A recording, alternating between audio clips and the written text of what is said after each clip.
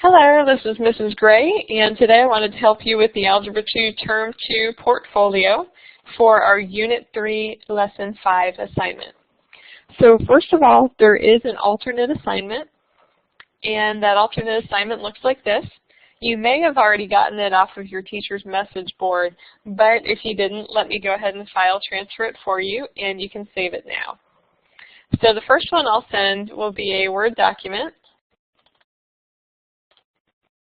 So if you have Microsoft Word, you can save this one and open it up. If you don't have Microsoft Word, then you can use this file. It's just a picture file of the assignment. All right, but that's what it should look like. If you look at the whiteboard, it's got a basketball and a chart and 3 questions. So just 3 questions you have to answer for this one. And also, too, let me point out, this is a Turnitin required assignment. So make sure that you've typed your work so that you can submit it through Turnitin and attach the originality report for your teacher. Okay, so once you've gotten the assignment, let's go ahead and look at an example. Now this is a different example. I have different numbers in my chart, so it won't be the same as your example that you're going to do for your homework, but this is just to give you an idea of the steps that you need to take to complete the assignment. So my example has super balls. I used to love these things. They were huge when I was a kid. They're the really like bouncy rubbery balls that you can throw them against the ground and they bounce up like 40 feet in the air. I had a huge collection. I think I seriously had like 80 of these when I was a kid. They were so cool. And we had the little machines at Walmart or at all the stores where you could go put in a quarter and get one of the really cool super balls. All right, so our example says Mrs. Gray drops a super ball from the balcony of a building with an initial height of 120 feet. At its first bounce, the ball reaches a height of 80 feet. At its second bounce, it reaches a height of 53.33 feet, and so on. The data is displayed in the table below. Okay, so it first was dropped from a height of 120 feet. It came down to the ground, it bounced back up, and it hit a maximum height of 80 feet on that first bounce. Then it came back to the ground, bounced back up again, and on that second bounce it had a height of 53.33 feet. It bounced down again, came back up 55.55 feet, bounced again 23.70 feet. So you can tell if you look at these numbers that it's bouncing up a little bit less each time. And we could continue the pattern, but we only need to look at the first 5 values for this assignment. All right, now one thing you might want to do is label your chart on your homework with the term.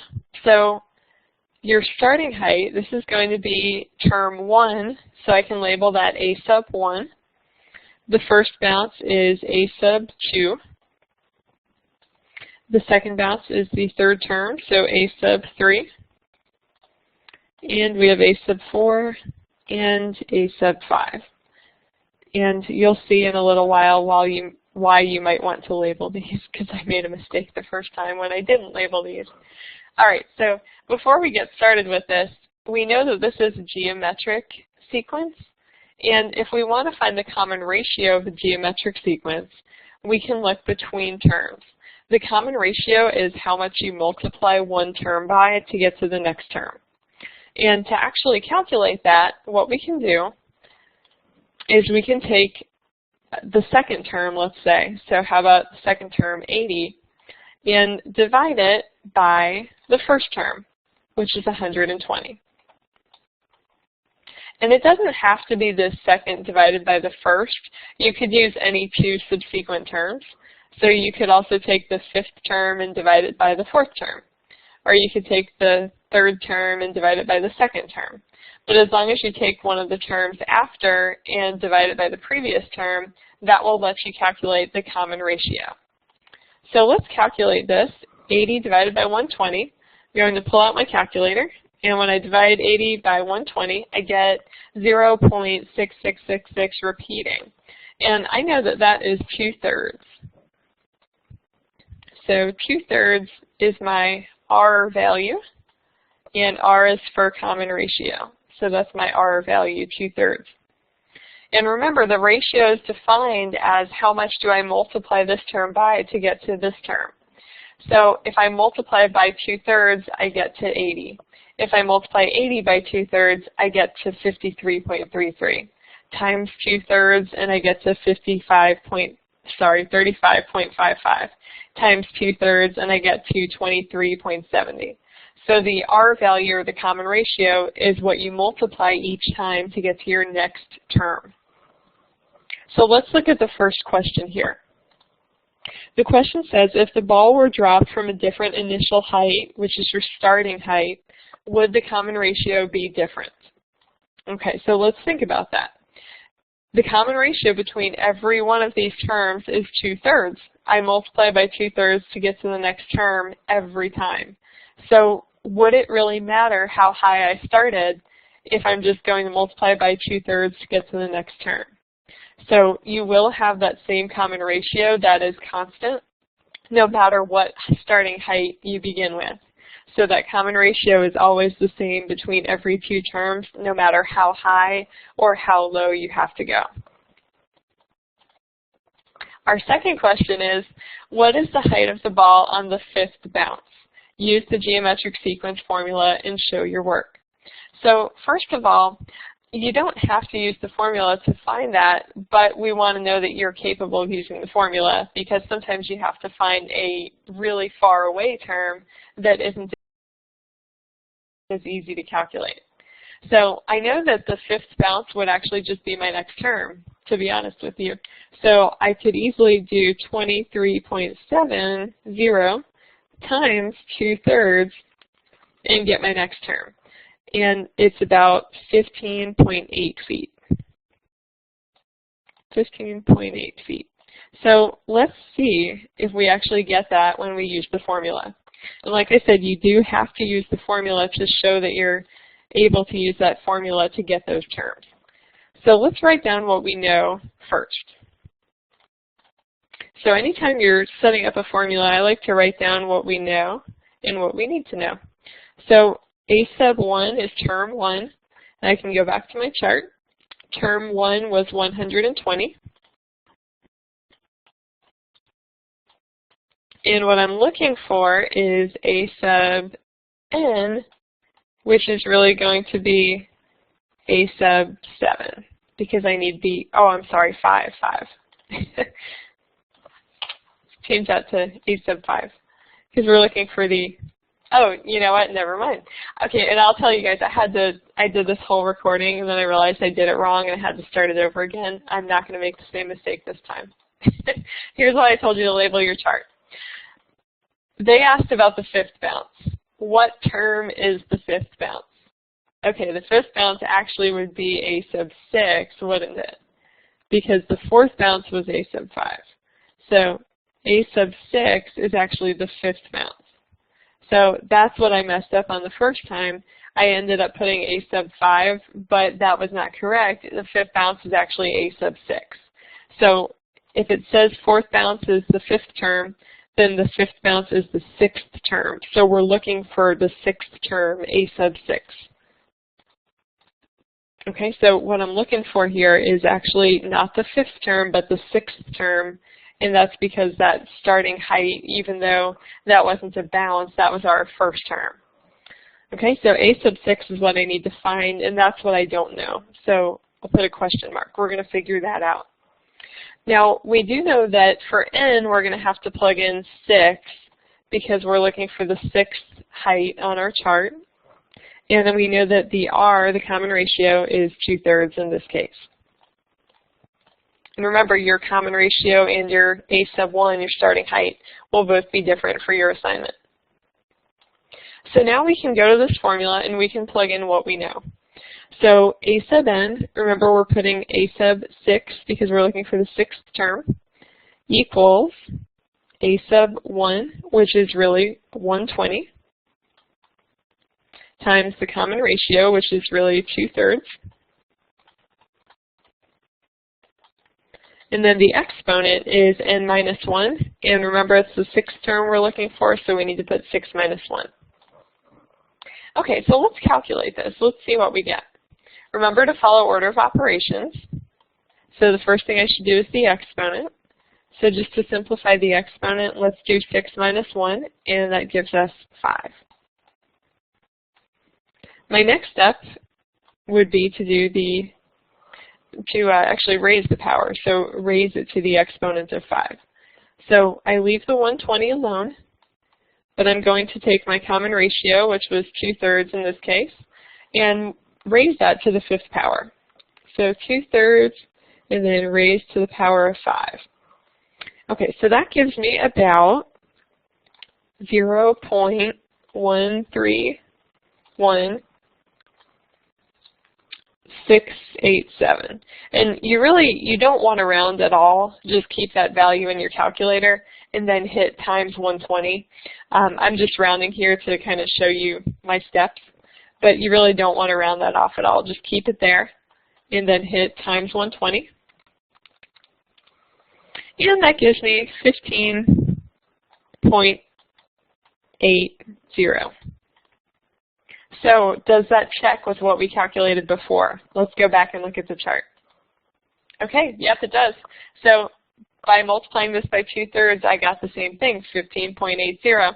So I know that my work with my formula was correct. So that's just an easy way to check your work. Now for your homework, make sure that you show the steps. We need to see, you don't really have to show all of this, but we need to see the steps here. So show how you set it up and how you used order of operations to simplify to get your final answer for the 6th term. Okay, last question. What is the total distance of the height the ball has traveled during the first 5 heights shown on the chart? And again, they're just asking about the first 5 heights. That's 1, 2, 3, 4, 5. So what is the total distance that the ball has traveled? Now, I could sum these up using my calculator real quick. I can do 120 plus 80 plus 53.33 plus 35.55 plus 23.70. And that gives me about 312. I think I'm going to write this down so we can use it to check our work. So total, 312.58 feet were traveled. So a total of 312.58 feet. So let's see if we get the same thing when we use that formula. Oh, and I forgot to put feet here. So I'm going to label that 15.80 feet for that 5th bounce. Okay, so let's use the formula. Let's see if we get the same thing. And again, I like to identify what do we know and what do we need to know. So term 1 was 120. Okay, they're talking about the first 5 heights. So that means we're just looking for the sum of the first 5 terms. So I also need to know the R value, which is 2/3 in this case. Since I'm looking for the sum of the first 5 terms, my N is going to be 5. And I think we have all the information we need here. So we have A sub 1, we have R, we have N. Okay, so it looks like we have everything we need. And S sub N, that means the sum of N terms. That's going to be S sub 5 that we're looking for, because we're looking for the sum of the first 5 terms. And that's the unknown. That's what we're actually solving for here. Okay, so that's just what we know and what we need to know. So use your formula. Start out by plugging in S sub 5, since we're looking for sum of the first 5 terms, equals, and let's see, A sub 1 is 120, minus A sub 1 times R, which is 2/3, to the N power, and N is 5. And then that's supposed to be all over 1 minus R, which was 2/3. Okay, so let's simplify. So S sub 5 equals, and we're going to do the exponent first, so it's going to be 120 minus 120 times, and what's 2/3 to the 5th power? So let's calculate that. Okay, I get about 0.13168. And again, I actually don't want to really round this, so I'm just going to multiply by 120 first, because I don't really want to round it. I want to get as exact of an answer as I can. So I'm going to multiply that answer by 120. Okay, so I got 15.80. All right, and then on the bottom, 1 minus 2/3, I know that's going to be 1/3. Okay, so I keep simplifying. My next step would be to do the subtraction in the numerator. So I can do 120 minus 15.8 gives me 104.2, and divide that by 1/3. And dividing by 1/3 is actually the same thing as multiplying by 3. So I can actually just multiply 104.2 times 3, and that gives me my final answer. So it gives me 312.6.